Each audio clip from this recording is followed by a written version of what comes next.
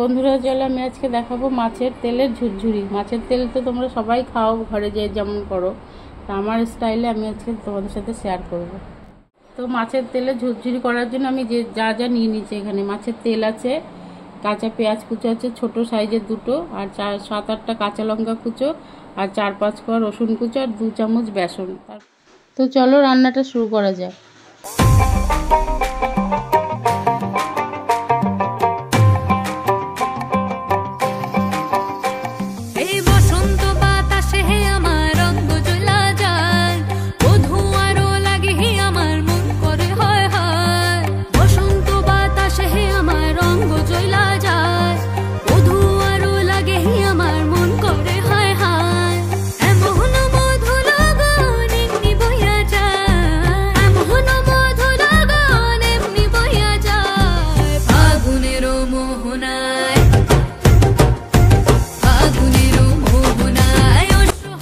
বন্ধুরা আমার মাছের তেলের ঝুরঝুরি রেডি, দেখো কত সুন্দর রঙটা হয়েছে।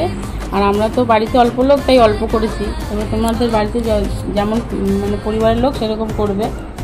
তো যদি বন্ধুরা এরকম সুন্দর রান্নার ভিডিও তোমরা দেখতে চাও, তাহলে আমার কমেন্ট বক্সে কমেন্ট করো, আমি নতুন নতুন ভিডিও দিয়ে যাবো।